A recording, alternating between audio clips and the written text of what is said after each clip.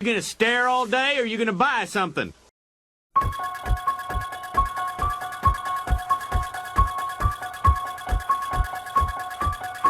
But now, hey, listen, since, you know, we've opened this door as well, why don't we discuss Gooey Gus?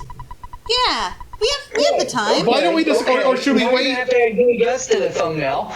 Or should we wait until we've got more people available to give their opinions on Gooey Gus if they happen to have seen it?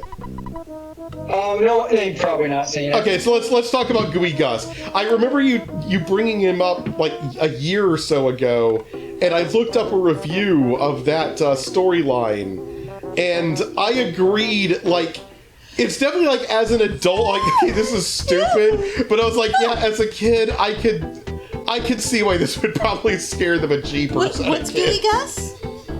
What is that? I think you saw it too. It's a Ghostwriter episode. Writer as in writing, not like writing a story, is not like writer, like motorcycle rider, like the superhero. Yeah. But the kids are writing a ghost story about an evil killer toy named Gooey Gus. And the thing is, like, it was kind of like a Halloween two-parter or whatever. Yeah. And the way it was done, it kind of made you wonder what parts of the story were real and what parts were fake. Oh, kind of so psychological? Yeah, so it left you wondering, wait, is Gooey Gus actually supposed to be a real evil toy, or is this just a story they're coming up with? Oh, kind of reminds me of the movie Magic. But Russell can give more insight on it. This is a PBS show. Yeah, it was a PBS show. Keep that in mind too. Yeah. Oh. Because like I never saw this when it originally came out. I just remember seeing looking up the review of the show after you had mentioned Russell, it. like before we continue. Like I remember Ghostwriter, but I never saw this episode. Russell, before you continue on that, I highly recommend that you look up the movie Magic. I can't remember. That's a great scary movie. Oh my goodness! Like from the 1970s. Yeah, Matt hadn't seen it until I introduced it to him. It's a murder mystery, essentially, about a ventriloquist and his puppet, and you're never really quite sure if the puppet's alive or not, if the puppet made him do it, if the puppet did the murder, if the ventriloquist did the murder. It's a very kind of eerie, kind of psychological. It's freaky. Yeah. It's got a satisfying enough horror ending too. As a horror movie should. Anyway. Well, like I said, every good horror story should end with a question mark. So. Anyway, please continue. So, Gooey Gus, now mind you, I never went back to rewatch this. So I'm going off memories from when I was a small child. Right. Oh, this should be good. Ants. Gooey Gus was made to promote chewing gum. Yes. And so he looks like his head looks like a wad of dark purple chewed up gum. He's like a purple slime monster, essentially. This sounds familiar. Yeah, I showed you some of it. I showed you some of the review, and you're like, oh, it is creepy looking. I have he has burnished teeth, and his eyes aren't, on the same level. Yeah.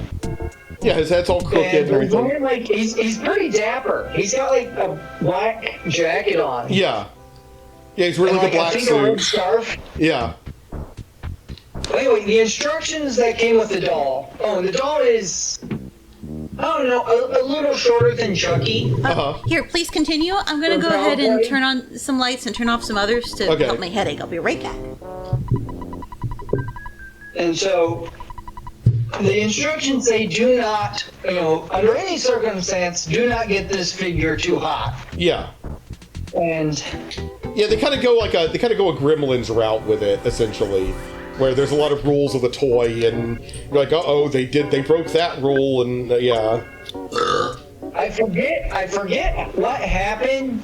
Oh, he had some voice lines. He's like, I'm burning mad. I'm steaming mad. Yeah, well, so keep this in mind. I remember this from seeing the review of it, because I showed plenty of clips. Yeah.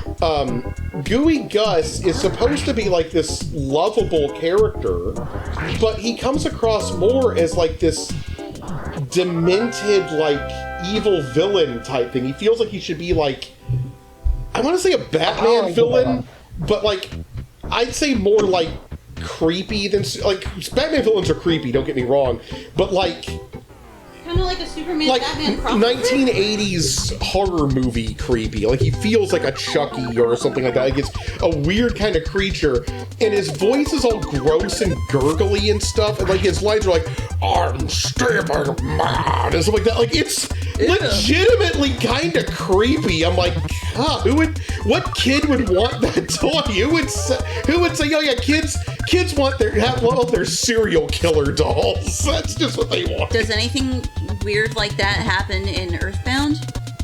I know there's a part where they turn into robots later. There is a haunted town, and there are some like possessed dolls that you have to fight, but they're just sort of like random enemies. Like it doesn't really go into much detail about. Well, Russell, I guess you shouldn't be in that particular episode then, because you want to avoid seeing all the spookies. I'm pretty sure I'm fine with an old Nintendo game. No, you're not. So, Russell, continue telling the story, because like I'm just giving like little like extra bits of information here and there if I remember. So the whole theory or story, if I remember correctly, behind him, avoid heat, is because he's gum. Even though the doll ain't supposed to be made of gum, he acts like gum, so when he gets hot, he's able to move better, and he somehow is able to grow. Yes. But, so when he first starts out, he's somehow gets himself into a pot of boiling spaghetti. Yes, I remember this. Lots of spaghetti. In order to power up. And so they're looking for him, and they leave the room, and then suddenly the lid on the pot raises up, and you just see his head come out there. I'm boiling mad! Yeah, I'm stabbing man! And everything's like, but that thing's alive! That's weird. It's, yeah. And he starts kidnapping the kids. Yeah. And at one point, so, they're writing this story, right? Mm-hmm. So they do cutaway bits, where they cut away to where they come up with ideas or whatever. Like the real world, and then we go to their story, back and forth, Oh, boy.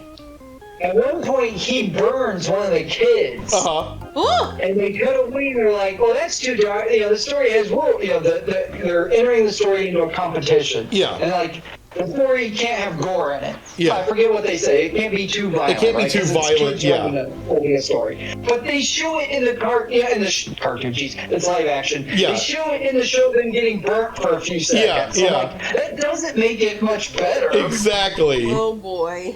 Yeah, like they keep reassuring you it's just a story, but at the same time, like they're like really, like they don't make it obvious. I guess you would say. And I believe he was like wrapping people up in big wads of gum. Here's the thing. He cocoons them. He cocoons them until they suffocate in the gum. Why? Yeah. Why? Why? So here's part of the problem of why it was so terrifying for me as a kid. I never saw the end. Oh no! Oh jeez! So I never saw how they stopped him. It was like a 4-part. I think it was a 4-part show. Was it a 4-parter? I think it was just a 2-parter. I gotta be honest, I don't even remember how it ends. It might be one of those shows that has 2 parts per episode. Oh yeah. But I think, if I remember correctly, they just do the opposite, where they like freeze him, and they realize when the gum is frozen, you can just crack it apart or whatever. Most likely, yeah, I think, because I know the preview for the next episode, they had on those like lava suits, those reflective lava suits. Yeah, like radioactivity suits or whatever. Yeah. But I never went back to finish it once I did have access to YouTube, because when you watch it now, it's pretty stupid. Oh yeah. But as a child, that is like Gooey Gus is still creepy looking. Like that is undeniably a creepy looking doll. Even now. I mean, like I said, I thought the same thing, because I remember you talking about it, and so I looked up Gooey Gus. Like, oh, I bet this is something that's so silly, or whatever. And I came across. I think it was the channel Your Movie Sucks. It's a guy that I watch on occasion, and he's usually pretty funny, and he does just funny reviews of bad movies. And he was talking about this one, and he was saying this is actually about something that I think was a good series. Ghostwriter was a really well done kids series on PBS, but this one storyline like traumatized me and many other kids. And he was talking about it, and I'm watching it and I'm thinking, on one hand, again, like, I'm seeing this as an adult, and when Ghostwriter came out, I was in, like, my mid-teens, I think. Earlier mid-teens. So, like, I was already at the age that I would have laughed at it and everything. But at the same time, I can't deny that, like, it's just those little elements here and there. You know, what makes horror work is not always necessarily what's happening, but how you portray it. Yeah. Subtlety, you know, things like that, lighting, you know, all the atmosphere you create are what's ultimately scary. And so, like, I'm looking at it and I'm going, okay, this is silly, but I'm not gonna lie, that toy is unnerving to look at. It's uncomfortable. Like, again, like, as an adult, I'm looking at it going, who would sell that to kids? Like, this is just, like, I know you're supposed to shrug it off as it's within a TV show, but it already was kind of pushing the limits of what I would consider believable for the show. And then it's got that gross gurgling voice and everything, and I'm like, okay, that is honestly really unsettling. I don't like this thing. And then the stuff that's, like, in the story, like, you know, all things considered, I'd have laughed this off as a teenager and everything, but, like, as a kid, yeah, that probably would have scared the crap out of me.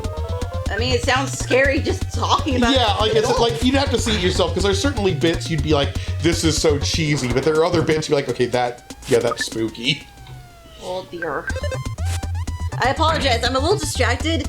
Matt and I, Matt mostly, has been playing DeltaRUIning. Jasmine's looking up pictures of Ralsei, her favorite character. I love him. Oh, I gotta go back to the hospital and get the mushroom off my head. If he was real, I would adopt him. After these messages, we'll be right back.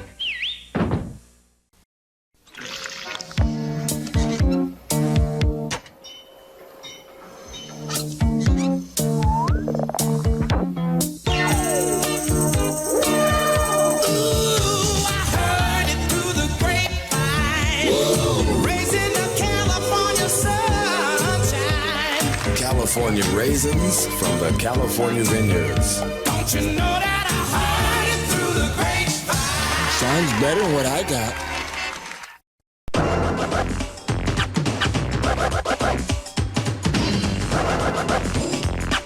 Hey, what are you doing? Wait till you see what I just got. Ghostwriter! Now you can get Ghostwriter on video cassette and watch the whole team in action. What's going on? It's Ghostwriter, man. There's Ghost Story, Who Burned Mr. Brinker's Store, and Into the Comics. You won't be needing this. You can collect all 3 Ghostwriter mysteries. Each one tells the whole story, sold separately. We now return to our regularly scheduled program. But yeah, we'll have to do DeltaRUIning sometime on the show too. What about along with Undertale and everything else? Should we do Undertale and then I almost said EarthBound, yeah, but I meant to say DeltaRUIning. Even though it's not a direct sequel, it's still a sequel, so obviously you should play them in order. I can't remember. Did Toby Fox say that DeltaRUIning is more of like an alternate universe, or just something like a kind of a sequel to Undertale? Consider it an indirect sequel, in the same sense that, like, the Legend of Zelda series has multiple sequels, but very few of them exist within the same timeline. Despite the stupid fan theories and stuff like that, they're obviously not in the same timeline. It's a retelling of the story every time. So it's kind of like that, where DeltaRUIning is a whole new story, almost like it's being acted out by the same cast of characters. Mm-hmm. I guess think of it that way. I see. Yeah. So, for a while, Gooey Gus was the image for TV tropes. It was either Nightmare Fuel page or High Octane. High Octane on Nightmare Fuel, yeah. I can see it. I can see it. More. I just checked. Sadly, it's not there. It's no longer there. Also, on the High Octane Nightmare Fuel page. Well, I will definitely put a picture of Gooey Gus in this. He'll be on the title card. I'll definitely put in clips. Oh, we gotta jump scare him. Yes. Traumatize any other Generation Xers out there. And then I guess that's a Generation X would be more like me. That's you're what generation? Are you Gen Z? I'm a millennial. You're a millennial. Okay, so traumatize.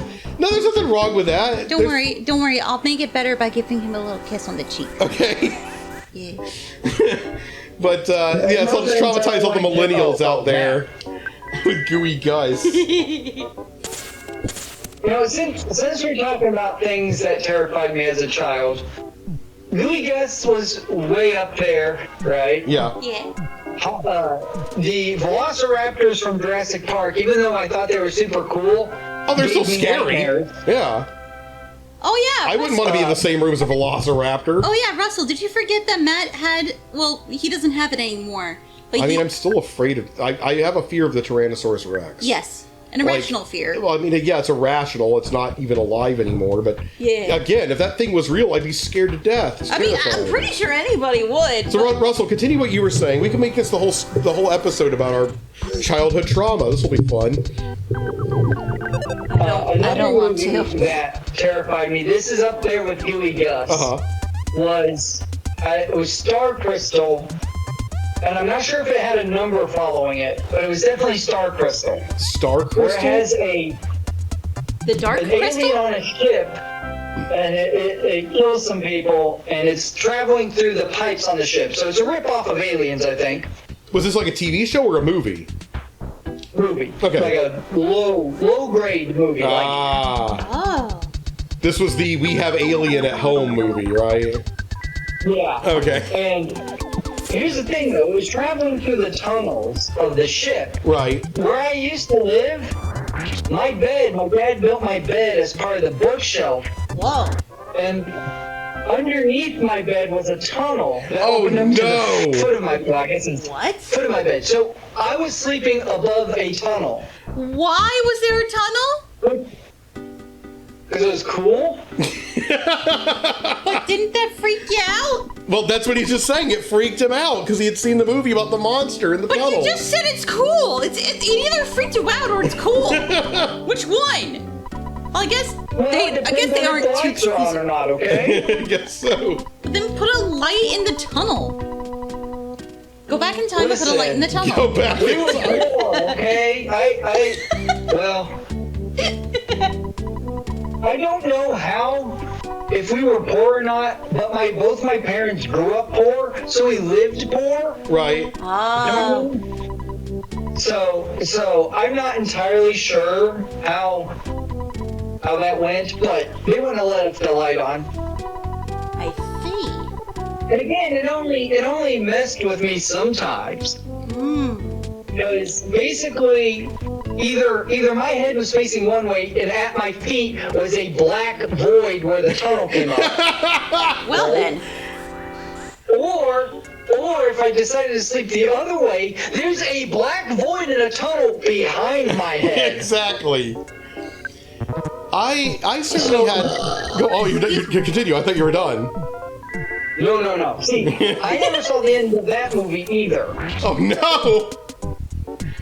You want to know how ridiculous the ending of this movie is? So this alien monster. You know how they stop it? How? It finds Jesus. What? It realizes its existence is a sin. It starts learning from the computer and just learns about right and wrong. And it's like, sorry, I killed those people. What? Russell, yes. Matt has the scariest grin on his face. I was gonna say, I kind of wish you could have seen my face because, like, my eyes, like, I can't even see my face. I can just feel. I know my eyes just lit up with absolute demonic glee. That was so funny. That was terrifying. The mushroom with the reverse controls. No, that is so funny though. He fights Jesus. Oh my God. This is real? This is so funny, I don't even mind the stupid photograph man showing up again. Hi, are you gonna find Jesus too, Fuzzy Pickles Man? And make him stop saying Fuzzy Pickles all the time. Listen, no one can say Fuzzy Pickle Man. Oh, I think you're right. Nobody can say Fuzzy Pickle Man. One can only hope. That needs to be that's gonna be another T-shirt. Nobody can say Fuzzy Pickle Man. That's gonna be the next merch. Whole macking. Just like I want one of our merch to be Jazz doing. Look, I've got magic coming from my thingy. Oh my goodness! Have you seen the Shantae episode yet, Russell? I mean, I saw it went up. Yeah. Oh, so you didn't see it yet? Well, I don't think Russell watches any of the episodes that don't feature himself. I can't blame him for that. Listen, if perfection isn't in it, why would I watch it? That's right. Well, because you love us. I sometimes watch episodes I'm not in, but like I have to like the cast the members game or the game. I was gonna say you should definitely give some of the episodes now with the kids a shot. I haven't put them up yet, but our Super Mario Brothers playthrough I goofed up by accident. I talked about it before I ruined the audio, so I'll have to redo that one. But we also did Frog Detective, and man, that one was funny with the kids. Oh my goodness! I'm looking forward to getting that one up. Man, that was funny. Whereas at this point now, like when this is up, it's already going to be online, I think. But Matt and I have already played through the whole game before, but the kids have yet to see the final chapter. Oh, we had such a laugh with the kids going through that one, like all the dumb voices everyone did. Oh my goodness. I keep saying, oh my goodness, I apologize. That's alright. Can you guys help me come up with a new catchphrase? Good grief, nut bunnies. Good grief, nut bunnies. Hoi Malloy? Wait, Hoi Malloy? What's Hoi Malloy? What situation would I use that in? No, wait, wait a minute. What am I talking about? My burp is already my catchphrase. It really is. Yeah. You must be quite a rich boy to stay at such a nice first-class hotel like this one. I like how we're only randomly deciding to read lines here. Listen, porky ain't in it, I don't care. Exactly. So now wait, hold on. You were saying the thing about the monster finds Jesus. Is there more?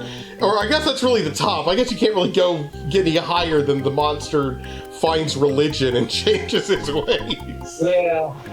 Because really, guys, that monster, those two were way up there on terrifying me. So was Demonic Toys, but that's less surprising. Yeah. Mm-hmm. Like, that's a given. It was scary. Toys were killing people. I'm surrounded by toys. Yeah. That makes sense. Well, I mean, the idea of something evil taking over something that should be innocent is, I mean, it's a scary concept. The perversion of innocence, done right, that can be very scary. Yeah, but that's been like way overdone these days. Oh, I mean, yeah, these days it's like all you ever see because of like mascot horror. So yeah. At this point, it's like, oh, it's something cute. It turned out to be evil. What a surprise! Mm-hmm. Yeah, I certainly had my fill of mascot horror. I did very quickly. I got to admit, I still have a soft spot for Bendy and the Ink Machine, but that's because I'm an animation historian too. So for me, I get all the little animation history references in it, and I giggle. Yes. Ow. I'm gonna die now. So here's the thing: is Gooey, like I said, Gooey, Gus, and Star Crystal are at the top of like things that scared me as a kid. I had seen movies like Freddy Krueger and Jason. Like, they were, the ones aired on Fox where they were heavily censored. Right. But it was still scary. Yeah. But those didn't scare me because those movies have behind the scenes and interviews with the actors. Yeah, you knew it was all fake. So, for some reason, my child brain was, like, able to cope with those bears. Like, that and, like, for some reason, Freddy Krueger isn't really that scary, I guess, now that I think about it. Yeah. See, Freddy Krueger scared the absolute crap out of me as a kid. Because I had nightmares like almost every night. I suffered greatly from nightmares as a child. And the idea that there was a ghost who could haunt your nightmares, and if he killed you in your nightmare, you would actually die, that was the scariest thing in the world to me. So that terrified me. Hey, Matt. And yes, you should share the dream. I am just about to share that story, yes. Jason was scary too. Let's pause this. Hold on. Okay. Because I have to go do something real quick. Okay. And I will be right back.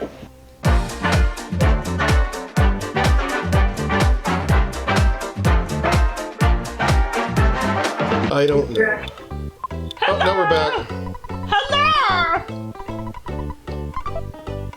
So, we were talking about, yeah, I was afraid of, like, Freddy Krueger and all the different, like, horror icons and everything as a kid. I said hi, by the way. Oh, hi. I said hi, buddy. Oh, okay, I didn't hear you. Sorry. Excuse me. Where was I now? Yeah, so I was afraid of all those little horror icons as a kid. Until, I don't remember how old I was, but I had a nightmare one time where they were all chasing me. And I got upset and while I was running away, I yelled over my shoulder, "Just leave me alone!" And they all stopped and went, "Okay," and walked away. And I wasn't afraid of them anymore. And then immediately I was like, woke up. well, that was easy.